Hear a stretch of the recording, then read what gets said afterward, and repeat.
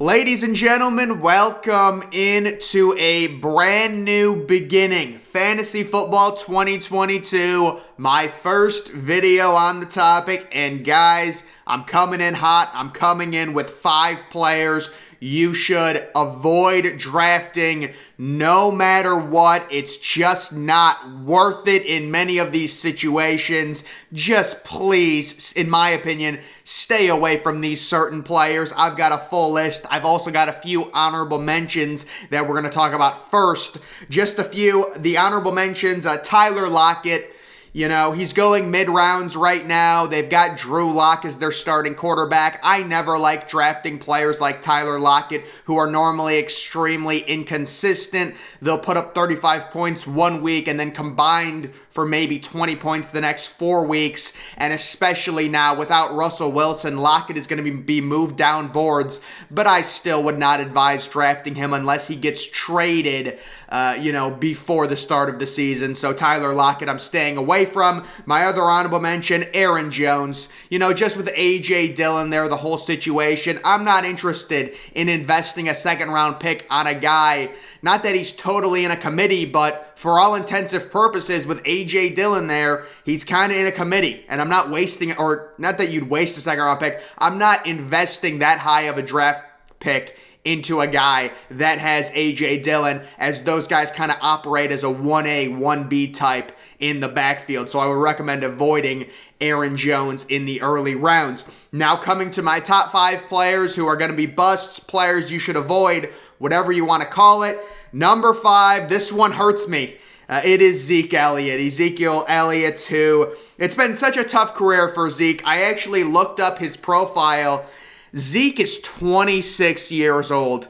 I don't think I've ever seen a player in any sport be washed. I mean, Zeke was washed 2 years ago, was he not? At 24, it felt like he was washed. But at this point, guys, the last year before the Cowboys can get out of this deal, he doesn't have much left. I think this is the really transition year for the Cowboys where it really doesn't matter, considering it's Zeke's last year before they can cut him. I see him getting maybe, carries early in the season, but this is going to be a mainly Tony Pollard backfield, at least in the second half of the year, in my opinion. Zeke doesn't have much left. He averaged 4.2 yards last year. It's not horrible. The 10 touchdowns, the 1,000 yards total, it's not terrible. But at this point, I don't think the Cowboys are really all that motivated, considering they can get out of Zeke's contract at the end of the year to give him more carries. I think it's going to be the Tony Pollard show in the second half. We really haven't seen Tony Pollard be the lead back at all in his career, and I think this is the year, considering the factors, considering Zeke's contract is pretty much done, or they can at least get out of it after this year. I think Zeke, you're getting him right now, late round 3, early round 4 in mock drafts on ESPN. I would just pass on that. We know he was a top running back a few years ago. You may think it's good value. There's a reason he's ranked that low. And even in round 3 or round 4, there's far better options with higher upside, younger players that you should be using a round 3 pick or a round 4 pick on, in my opinion. I wouldn't even draft him in round 5 either, guys. I'm being honest. So even if he falls, I would stay away from him. But Zeke Elliott is my number 5 player. Moving on to number 4. Simply not worth the headache. I think there are certain situations. Amari Cooper. And again, guys, we're looking at Deshaun Watson, in my opinion, probably getting suspended the first 6 games of the regular season. Amari Cooper, many people are going to draft Amari Cooper, put him on their bench, and then when Deshaun Watson comes back, it's just not worth the headache. Right now, he's going in late round 4, early round 5. You could get Jerry Jeudy for a full season with Russell Wilson with that type of value, maybe even later. There are so many good receivers to draft. If you're going to draft a Browns receiver, I love David Bell. Take a late flyer on David Bell. It's way better value. You can get him with the last pick of your draft. Amari Cooper in round 5 with Jacoby Brissett throwing him the football for the first 6 weeks. And then when Deshaun Watson comes back, you're looking at cold weather. It's just, again, this is a headache you want to avoid in fantasy football, in my opinion. So Amari Cooper, I'm just staying away from him. And I'm not drafting him in round 4 or round 5, which is where he's projected to go. Moving down on the list, number 3, it's going to be Antonio Gibson. And guys, I was really down on Antonio Gibson last year. I mean, I guess you could say I was wrong. You know, he had 1,000 yards, 7 touchdowns, 4.0 yards per carry. But when it comes to PPR, I should mention, this is all based on 1-point PPR, which is kind of like the standard scoring. So it's 1-point PPR I'm basing these rankings off of. But Antonio Gibson, you know, right now he's going second or third round. You're making a second round investment on a guy that's going to get all of his third down snaps sniped from him by J.D. McKissick. They re-signed McKissick, and, you know, with Carson Wentz, I am not high on that offense at all. Antonio Gibson is a running back. I just don't think he's very good. It's not that he's a horrible player, but late second, early third round, if you're playing in the 1-point PPR, you're going to barely see any, you know, catches from Gibson because he doesn't play on third downs due to J.D. McKissick.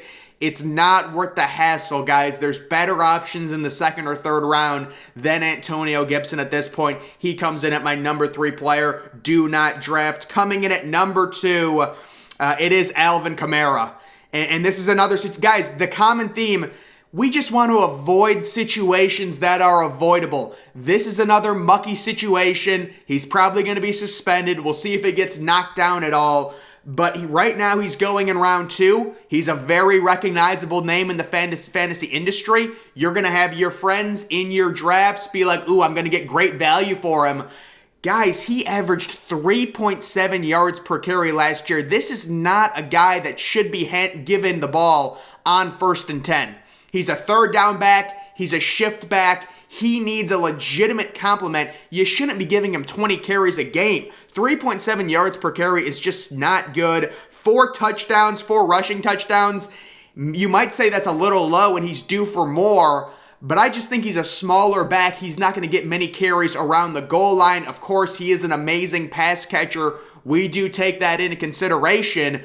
But with Michael Thomas coming back, with Chris Olave on that team now, his target share might decrease. And this is a situation you're drafting him in the second round. You're going to lose him for a few games.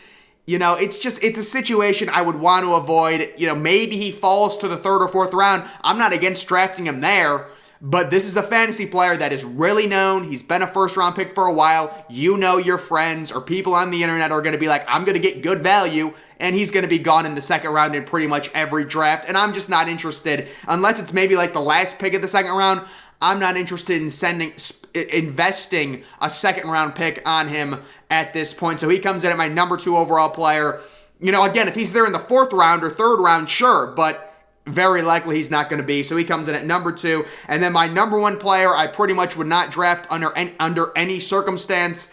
It's going to be James Conner. And guys, he had a complete outlier season last year. The goal line carries, the touchdown percentage is completely unsustainable. He's due for major touchdown regression. You take a look right now in many mock drafts, he's going in either round 3 or round 4. And you're looking at his numbers, 752 rushing yards and 15 touchdowns. The touchdowns just totally unsustainable. The yards per carry, a very unimpressive 3.7. Guys, whatever you do, please do not invest a 3rd or a 4th round pick into James Conner. It was an aberration last year. A lot of it was goal line luck, getting pass interferences down at the 1-yard line. You may say, oh, they're going to be missing DeAndre Hopkins the first 6 games. I think that's going to hurt their offense overall. There's going to be a lot less scoring chances in the red zone, and James Conner is not going to get the 15 touchdowns. He'd be lucky to get 10 touchdowns this year. He is a true major bust potential. There's no reason to put yourself in the situation where you're relying on these goal line touchdowns. It's just not worth it. There are better options, higher potential, higher upside players in the 3rd and the 4th round, in my opinion. So James Conner is the 1 player. If he's there in the 6th round, I'm not taking him.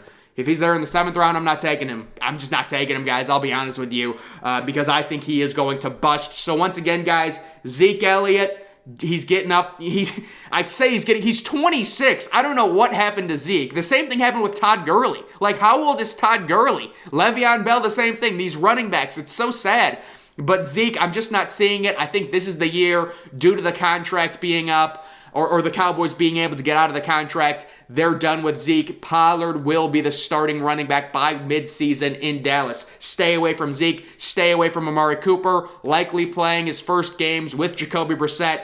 That's a high investment to make. If you're drafting him in the 5th round, I'm staying away from that situation. Antonio Gibson, I just don't like Antonio. I don't think he's that great of a player. It's a bad offense. You're getting your 3rd down snaps. He's not going to get many catches with McKissick there, like I said.